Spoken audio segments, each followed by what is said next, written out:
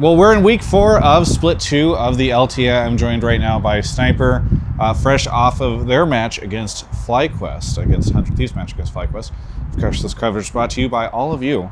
I wanted to ask you a little bit, Sniper, because, okay, going into this match, I saw the beginning of game 1, and I'm sitting at home getting ready to pack my stuff, come in, and I'm like, you know what, I'm going to interview Sniper. So I request you because I'm like, he's having such a great game. Things are going so well. Yeah. Kobe's talking about how it's like, oh yeah, maybe he's like turned a new era on his matchup against Bwipo. And then I finish game 1. Yeah. I come here during the giant break. Okay. And I go, oh no, I feel bad because now I'm going to have to interview Sniper. Yeah. And I like to interview you, but I was worried you would not want to do the interview because the second game, the end of the first game of the second game did not go well. Yeah. So, indeed. First off, you seem like you're in okay spirits despite all that.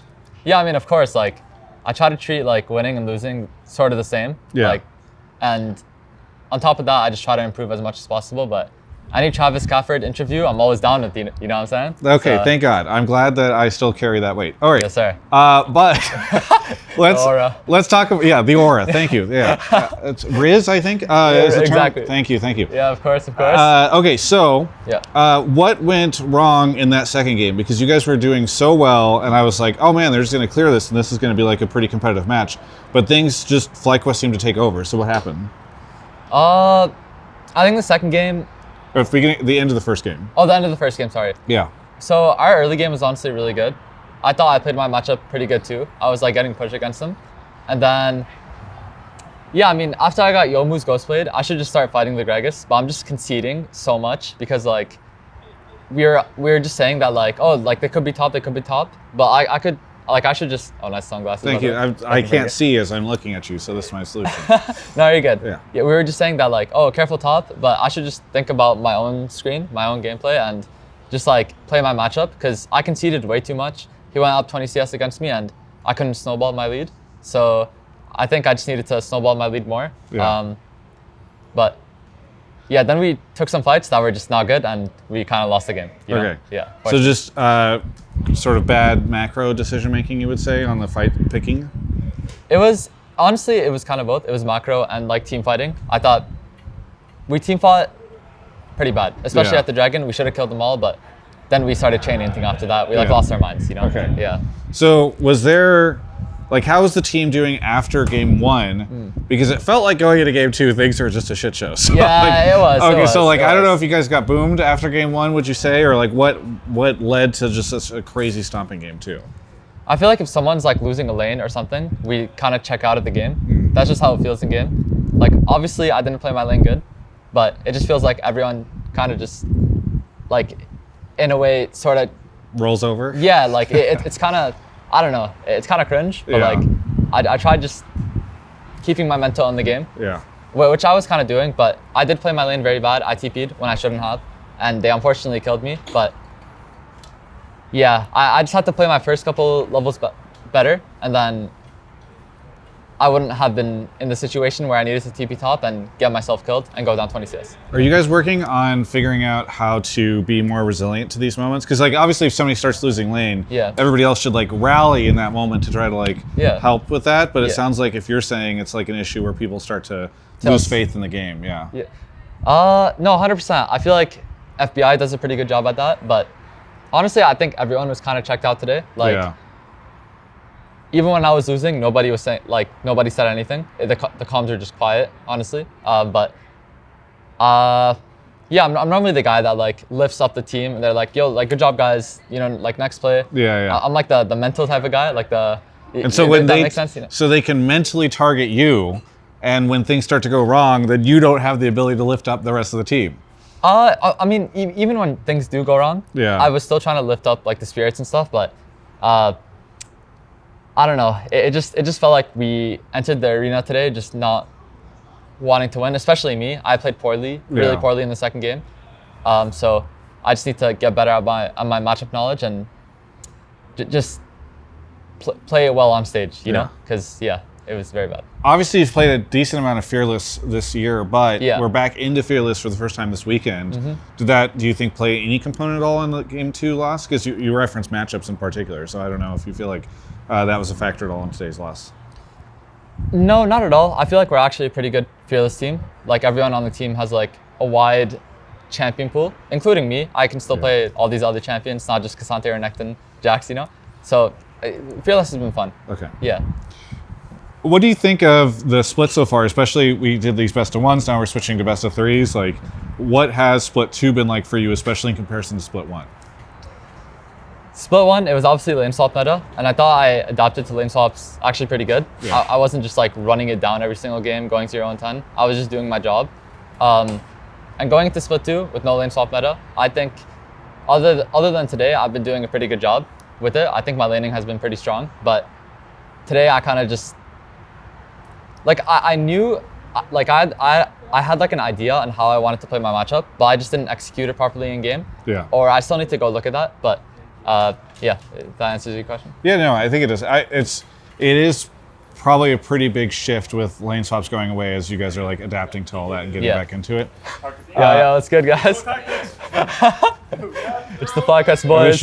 We don't have Drew here, so I will just rapidly shift the camera over so that people can see the FlyQuest folks. Yeah. Okay. Yeah. So it seems like you've got a pretty good relationship with those guys. I feel like I have a decent relationship with like everyone in the LCS. Yeah. I'm kind of like a everyone. There's got to be at least like one person who like you guys just don't talk. Well, there's definitely a lot of players that I don't talk with Yeah. for sure. It's just like I'm just mutuals with most people. Okay. I feel like I'm just like a people's guy. Yeah. I love people, honestly. People's guy. Yeah. You know. A people's person? Oh, sorry. Wait, people's people. person? People usually say I'm like a people person, but I like that you said I'm like a people's guy. You know, it's way more casual. Yeah. I think that's what makes you a people's guy, is that you can just be so casual in your conversations with people. Appreciate that. Yeah. Thank you. Okay. So what is okay? But yeah.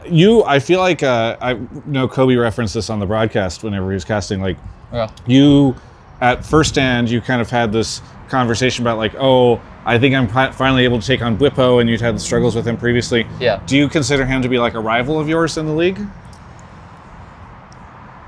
He's definitely a top laner. Him and Thanatos Yeah. are the only top laners I struggle against at the moment.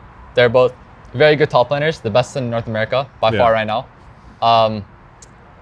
So, I mean, I guess so, yeah. Yeah. Yeah. I mean, but do you guys ever talk, you and Bwipo? I mean, he was very cheerful about you just now, so I didn't know what your relationship is with him. Yeah, Bwipo's a very nice guy. I honestly like talking with him. I Yeah. feel like he has like a lot of ideas in his head, and he just like lets me know a lot of them. And I try to absorb as much Yeah. as possible, you know? But sometimes it's too much for my little brain.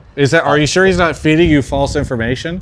I mean, he's your rival. Like, if he's sharing strategies or information with you, that could be a bad thing, right? Maybe Yeah. it's bad stuff. I mean, it could be. Yeah. But You think he's your friend. I think he's actually truly your enemy. You know, this is what we're realizing, is that he's just been feeding you bad. That's why you struggle with him. yeah, He's like, oh yeah, exactly. this matchup goes this way, and you play it like that way, and it goes terrible. And he's like, haha. Yeah. I mean, that's kind of what happened today. I feel like I remember he used to say like Renekton is the most useless champion in the world. Yeah. And then he just goes 10-0 against us today. See? You know? Like, There you yeah, go. Like, what is this false information? This guy is big braining you, I think is what's happening. Yeah, exactly. You can say that. How else are things going on 100 Thieves these days? Any fun stories from behind the scenes? What do you guys get up to whenever you're not playing?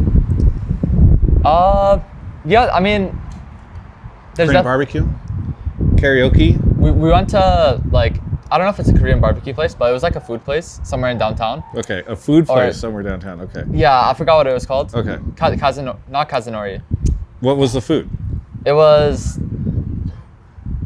Wait, What did you eat at this? Do you remember anything? bro, my Hot dogs, pizza. It was okay. There was like soup, Okay. and then you put like beef inside of the soup. Oh, you know? okay, yeah. I know what you're talking about. Yeah. Are you talking about hot pot? I think it was hot pot, but I Okay. forgot what the restaurant was called. Okay, that's fine. You Yeah. don't need to know, but let's just say Okay. it's hot pot. Anyway. Yeah. So you went to hot pot. So I went to hot pot. Yeah. And then wait, okay. That wasn't the story. Okay. A story, okay. Honestly, every single day is like a freaking cinema for us 100 Thieves players. Everyone is like just so funny on our team. All right. There's like way too many stories to tell. Yeah. Okay. Can you tell any of them? You teased me with that. You start a story, you can't Okay. remember the story, I can't then you remember- bail Yeah. on the story, and then you're like, yeah, there's a lot of stories, and then that's it. You got to give me a story. Okay, there's like way too much. Cause okay, one time, our coach Spooks. Yeah. He's like the funniest guy I know in my life. Sure. He always like cracks these just random jokes. They're jokes I cannot say. So Oh, I'm sorry, okay, Travis. okay. They're not I'm safe sorry. for work. Yeah, All right. I'm sorry, but he's like the Yes. funniest dude in the world. Yes. And his jokes are just so funny. Okay. It's unreal. I mean, he's love Spooks. Australian, so I feel like that he probably has some crazy jokes. Yeah, you can say yes. that. Yeah, Okay. exactly. Yeah. All right, so your story is Spooks tells funny jokes that I can't say. We got to work on your storytelling capabilities. Bro, Yeah. I'm just focused. I'm just thinking about the game right That's now. fine. That's My fine. mind's I get it. You're frazzled. Yeah, you know. Anything that you want to say to any of the fans out there? Yeah, I mean, obviously today was very disappointing. Everyone thought today was like the real test, but we will still be Dignitas and SR, I think is what they're called. So, sorry, Shopify Rebellion. Whatever those guys are called. Yeah, that one. Yeah, so just keep cheering for us, and we're going to keep scaling. We're going to keep getting better, and yeah. Awesome. Thank you so much. I'll grab this. Oh, no fist bump? We can do a Travis. fist bump. There we go. Thank you so much, everyone, for watching. We just did a fist bump. You can check out the rest of my coverage of all things LTA as I try to find the spot where I'm not in the shadow right here on my YouTube channel. Right there. Peace. Real quick, before you click away, I know you're going to click away because now you're at the end and you're like, okay, I can go do something else. No, I wanted to ask you, you don't even have to spend any money. Just follow me on social media. I'm bleeding followers because it's just, that's where League of Legends is these days. You can follow me on Blue Sky, by the way. I know some people want Blue Sky instead of Twitter. There's I don't know if you know, there's a political rift going on in our country and people are picking social media. Either way, I'm on both. So please follow me on Twitter or Blue Sky or Instagram. I'll have some Instagram followers and in LA, you can't get dates if you don't have a big following. So that's cool. You can also become a member of the YouTube channel for just $2.99. And if you do, you get access to exclusive members only videos. You can make me talk about things sometimes I don't really want to talk about.